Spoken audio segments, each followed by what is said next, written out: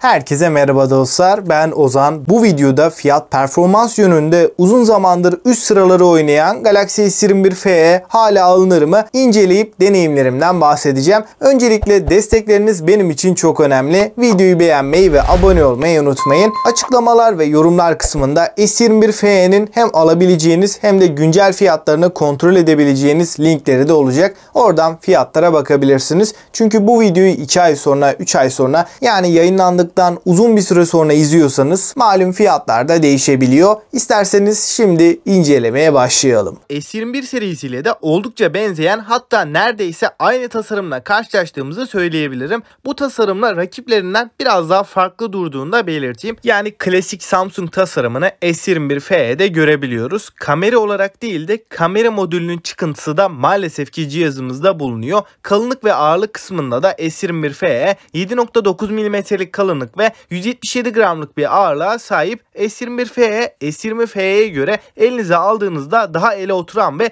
kullanımı daha rahat bir model diyebilirim. Boyutuna oranla çok ağır olmadığından dolayı da uzun süreli kullanımlarda elimizi pek fazla yormuyor. Malzeme yapısı kısmında da arka kapağımızda cam hissiyatı veren ama plastik bir yapıyı görürken çerçevelerde alüminyum bir yapıya yer verilmiş. Tasarım yönünde arka kapağın plastik olması haricinde gayet başarılı bulduğumu belirteyim. Amiral gemisi cihaza yarışır derecede bir tasarımla geliyor. Ekran tarafına baktığımız zaman da burada S21 modellerinde olduğu gibi en gelişmiş AMOLED panel, yani dinamik AMOLED bir panel önümüze çıkıyor. 6.4 inçlik bu ekran Full HD Plus çözünürlük ve delik çentik kamera yapısıyla karşımıza çıkarken tabii ki yine 120 Hz tazeleme hızı ve 240 Hz dokunma hassasiyetiyle birlikte geliyor. HDR desteğinin de cihazımıza konumlandırıldığını söyleyeyim. Telefonumuz genel kullanımda olsun, video dizi film izlerken olsun, vermiş olduğu görsel deneyim çok üst seviyede. Şu anki fiyatını düşündüğüm zaman da bu fiyata alabileceğiniz en başarılı ekran S21 FE'de diyebilirim. Akıcılık kısmında 120 Hz deneyimini bu ekran bize rahatlıkla hissettirebiliyor. Sadece 120 Hz değil, adaptif bir 120 Hz tazeleme hızının sunulduğunu söyleyeyim. Yani ekrandaki içeriğe göre ekranın tazeleme hızını ayarlayabiliyor. Bu da hem pil tüketimi açısından hem de kullanım deneyimi açısından oldukça güzel bir avantaj. S21 FE'nin ekranı parlaklık noktasında da 850 nit civarında bir parlaklığa ulaşabiliyor. Özellikle yaz aylarında bu cihazın ekranıyla güneşli ortamlarda da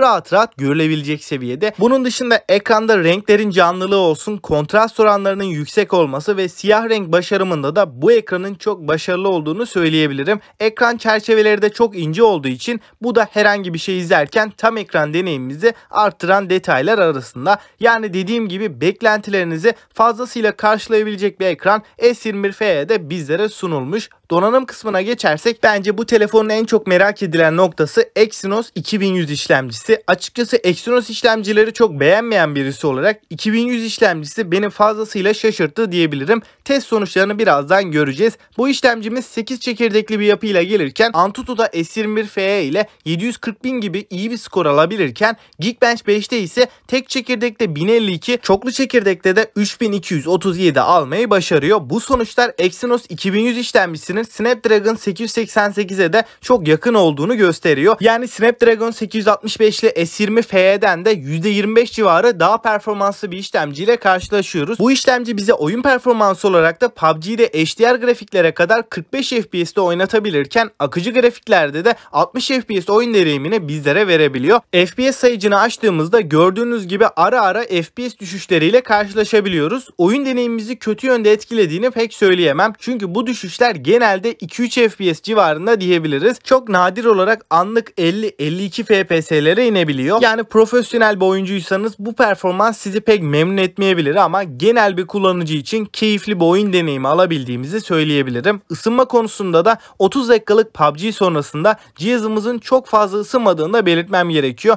Elle hissedilebilir bir ısınma var ama aşırı bir ısınmayla karşılaşmıyoruz. Yani Exynos 2100 işlemcisi önceki serilerden çok daha stabil bir işlemci ama halen Snapdragon seviyesinde bir oyun performansı alamıyoruz. Fakat günlük kullanımda amiral gemisi düzeyinde bir performans verebiliyor. Uygulama açılışları olsun, menü geçişleri olsun oldukça hızlı. Yani S21 FE performans kısmında benim beklentilerimi karşıladı. Şimdi kamera tarafına geçelim. Arka kısımda ana kameramızda 12 megapiksellik kaliteli bir sensör karşımıza çıkarken bu kamera f1.8 diyafram değeriyle ve OIS desteğiyle birlikte geliyor. İkinci kameramızda 12 megapiksel f2.2 ultra geniş geniş açı. Son olarak 3. kameramız ise 8 megapiksellik yine OIS destekli telefoto kamerasını görüyoruz. Fotoğraf çekim kalitesi olarak S20FE ile kıyaslarsak gündüz çekimlerinde iki telefonda başarılı sonuçlar veriyor ama S21FE'de renklerin doğruluk oranı ve objelerdeki detaylar biraz daha keskin bir şekilde önümüze çıkıyor. Düşük ışık performansında da S21FE kontrast oranları açısından bir adım önde diyebilirim. Grainlenme de S21FE'de biraz daha az bir şekilde.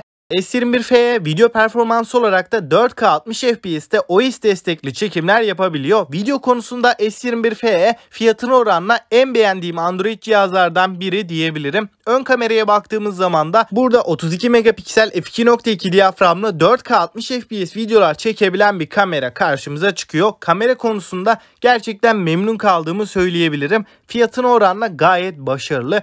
Yazılım tarafında da Android 12 ve One UI 4.0 ile gelen S21FE 3 yıl Android güncellemeleri ve 4 yılda güvenlik güncellemelerini almaya devam edecek. Arayüz konusunda herhangi bir lag problemiyle donma takılma sorunu yaşamazken menü geçişleri, uygulama açılış hızları gayet pürüzsüz. Yazılım tarafında herhangi bir sorun yaşamadığımızı söyleyeyim. Hoparlör kısmında da S21FE Dolby Atmos desteğine sahip olan stereo hoparlörlerle geliyor. S21FE'nin hoparlörleri ses yüksekliği açısından oldukça tatmin edici. Bas ve tiz seslerin ayrımı da gayet iyi bir şekilde gerçekleşiyor. Ses kalitesi gerçekten iyi seviyede diyebilirim. Batarya tarafına geçtiğimiz zaman da 4500 mAh'lik batarya ve 25 Watt kablolu, 15 Watt'ta kablosuz hızlı şarj desteğini bize sunabiliyor. Fakat burada kutu içeriğimizde adaptör maalesef ki çıkmıyor. Batarya performansı olarak da beni biraz üzdü diyebilirim. Ortalama bir kullanımda 7 ila 8 saat arasında ekran sürelerini 120 Hz'de alabiliyoruz. Yoğun bir kullanıcıysanız gün içinde tekrar şarj etme ihtiyacı duyacaksınız. Oyun oynuyorsanız da bu süreler neredeyse yarı yarıya düşebiliyor. Yani tamamen oyun odaklı bir kullanımda 3,5-4 saat arası bir ekran süresi alabiliyoruz. Batarya konusunda S21FE ile ilgili söyleyeceklerim bunlar. İyi değil, kötü de değil. Yani orta seviyede bir performansı var diyebiliriz. Şimdi güvenlik seçeneklerine bakarsak ekran altı parmak izi okuyucumuz S21FE'de sunulmuş. Bu parmak izi okuyucusunun stabil çalıştığını söyleyebilirim. Yani tekleme veya arada algılamama gibi durumlar olmazken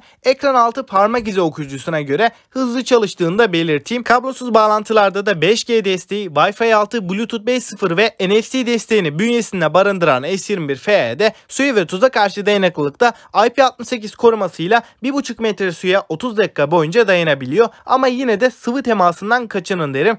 Dostlar, Galaxy S21FE pek çok noktada üst düzey bir telefondan beklediğimiz çoğu şeyi karşılayabiliyor. Fakat herkese de hitap eden bir telefon değil. Çünkü işlemci ve batarya kısmında rakiplerine nazaran biraz eksileri bulunuyor. S21FE'deki Exynos 2100 kesinlikle kötü bir işlemci değil. Uzun vadeli olarak da götürebilecek bir işlemci. Fakat oyunlarda çok fazla stabil kalamıyor. Özellikle de uzun süreler yüksek grafikli PUBG, Call of Duty Mobile gibi oyunları uzun süreler oynadığınızda performansta biraz düşüşler olabiliyor. Eğer benim gibi çok fazla oyun oynamıyorsanız, oyunla işiniz yoksa günlük kullanımda, uygulamalarda kesinlikle bir problem yaşatmıyor. Gayet akıcı, hızlı, tepkisel bir deneyim alabiliyoruz. Genel kullanım açısından bir S22'yi de aratmayacak seviyede. S21FE'nin başarılı olmasının en büyük sebebi kesinlikle kameraları. Burada tüm kameralarını gayet başarılı bulduğumu belirteyim. Yani ön kamera konusunda da yardımcı kameralar olarak da sizi hiçbir şekilde üzmeyecektir. Özellikle Xiaomi'nin bu fiyat aralığındaki rakipleri fotoğraf tarafında iyi olsa da video konusunda S21FE'ye oranla bayağı geride kalıyor.